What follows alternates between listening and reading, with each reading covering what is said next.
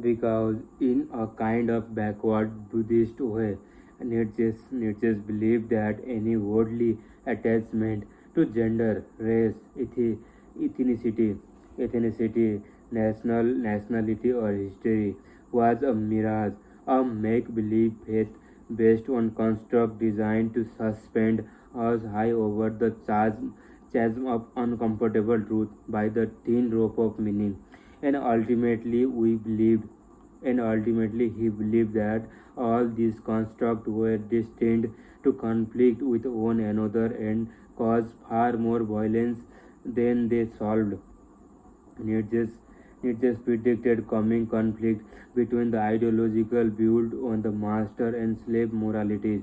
He believed that this conflict would wreak greater destruction upon the world than anything else seen in human history. He predicted that this destruction would not be limited to national border or different ethnic group. It would transcend all border. It would transcend country and people because this conflict, this war would not be for a god. They would be between gods, and the gods would be us. Pandora's box. In Greek mythology, the world started out with only men. Everyone drank a lot and didn't do any work. It was one big, everlasting fat party. The ancient Greek called this paradise, but if you ask me, it sounds like a special kind of hell. The gods, recognizing that this was a fairly boring state of affairs, decided to spice up the situation a bit. They wanted to create a companion for mankind, someone who would command the man's attention, someone who would introduce complication and uncertainty to the easy life of shotgunning, beer can, and playing football at night. So, so they decided to create a first woman.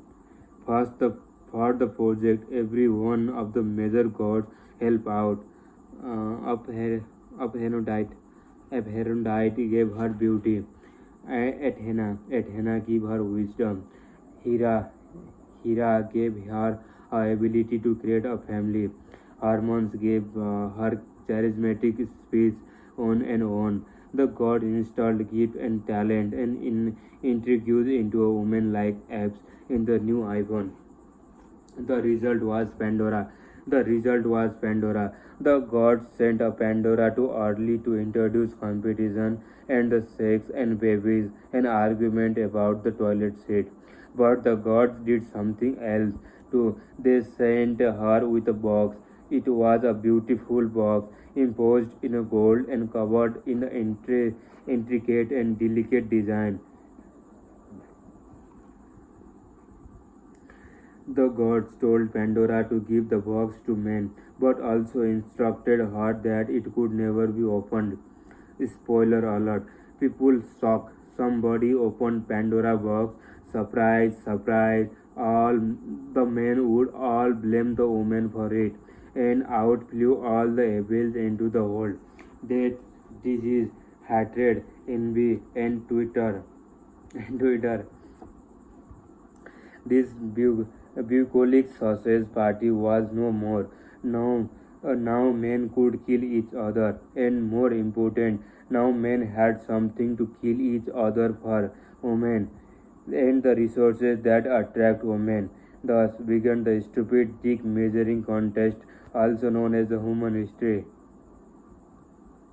Wars started, kingdom and rivalries arose, slavery happened, emperor and started conquering one another, leaving hundreds of thousands of slaughtered in their wake. Entire cities were built and then destroyed. Meanwhile, sorry, meanwhile, women were treated as property, traded and bartered, bartered, bartered among the men like a fancy god or something. Basically, Basically, basically, human started being human.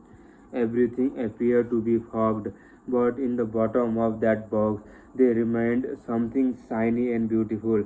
There remained a hope. There remained a hope. There are many interpretations of Pandora box myth. The most common being that while the god punished us all the all the evil of the world, they also equipped us with the own antidote to those evil. Hope. This this of think of it as the yin and the yang of mankind's eternal struggle. Everything is always fogged, but the more fogged thing become, the more we become mobilized, hope to sustain and overcome the world foggedness. This is why heroes such as we told Pileki inspire us. Their ability to muster enough hope to resist evil remind us that all of us are capable of resisting evil. The sickness may spread, but so does the cure, because hope is contagious. Contagious hope is what saved the world.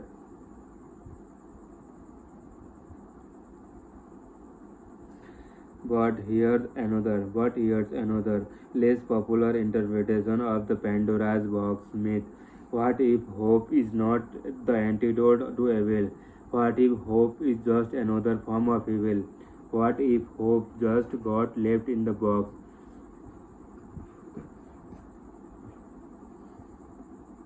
Because hope did not just inspire Pileki heroic, hope also inspired the communist revolution and Nazi genocide. Hitler hoped to exterminate the Jews from exterminate the Jews to bring about an evolutionary superior race. The Soviet hoped to incite a global revolution to unite the world in truly equality under the communism. And let's be honest, most of the atrocities committed by the Western capitalist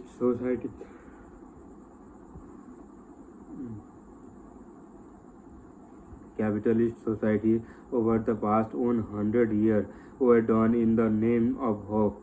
Hope for greater global economic freedom and the wealth. Like a surgeon's scalpel, hope can save a life and hope can take a life. It can uplift us and it can destroy us. Just as there are healthy and damaging form of confidence and healthy and damaging form of love, and there are also a healthy and damaging form of hope, and the difference between two is not always clear. So far, I have argued that hope is fundamental to our psychology, that we need to a have something to look forward to, b believe ourselves in control of our fate enough to achieve that something, and c find a community to achieve it with us. When we lack one or, or all of these for the too long, we lose hope and spiral into the void of uncomfortable truth. Experiences generate emotion, emotion generate value, values generate narrative of meaning, and people who share the similar narratives of meaning come together to generate religious.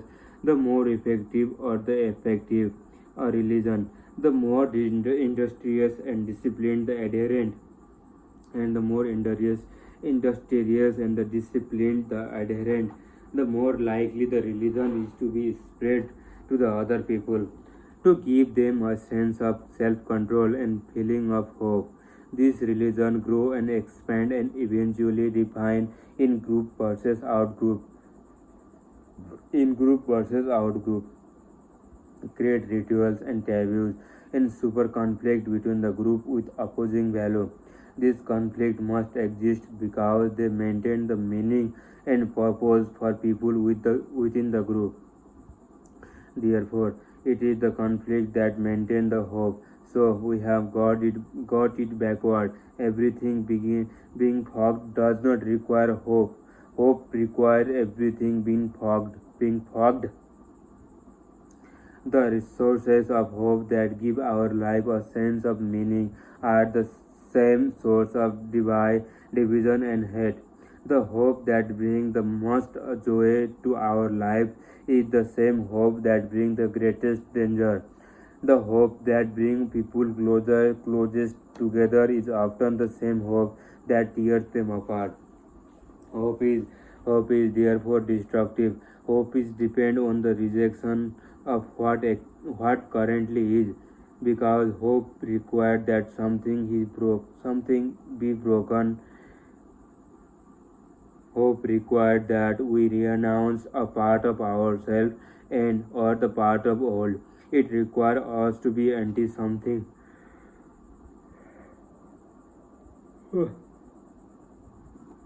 This paint an unbelievably blank picture of the human condition. It means that our psychological makeup is such that our only choices in life are either perpetual conflict or the nihilism, tribalism or the isolation, religious war or the uncomfortable truth.